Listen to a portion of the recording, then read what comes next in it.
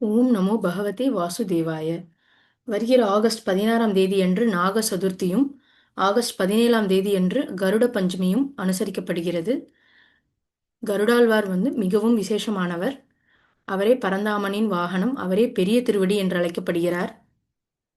இப்போ கருடன் பார்த்தீங்கன்னா, அவர் அஷ்ட நாகங்களை அணிகலனாக அணிந்தவர். தலையில் சங்கபாலனும், வலது காதில் பத்மனும், இடது காதில் மகா பத்மனும், கழுத்தில் கார்கோடகனும், பூணுலாக வாசுகியும், அரைஞாண் கயிறாக தக்ஷகனும், வலது கையில் குளிகனும், இடது கையில் சேஷனையும் அணிந்திருக்கிறார். ஆனால் அவரை சேவிப்பது நாகதோஷங்களிலிருந்து நிவர்த்தி அளிக்கும்.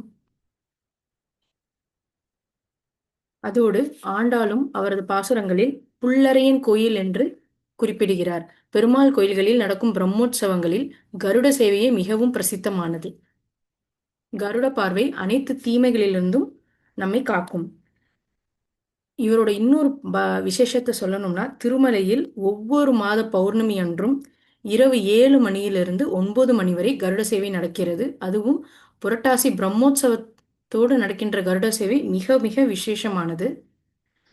அதோடு அல்லாமல் தமிழ்நாட்டில் தெற்கு மூலையில் திருநெல்வேலியில் அருகில் உள்ள திருக்குறுங்குடி என்றும் திவ்ய தேசத்தில், இது மிகவும் விசேஷமான திவ்ய தேசம். திருமங்கையாழ்வார் முக்தியடைந்த ஸ்தலம். அங்கு ஒவ்வொரு சனிக்கிழமையும் மதியம் பிற்பகல் 3 மணிக்கு கருட சேவை நடைபெறுகிறது. அனைவரும் சென்று பரந்தாமனை தரிசித்து அவரது அருள் பெறுவோம். ஓம் நமோ பகவதே வாசுதேவாய.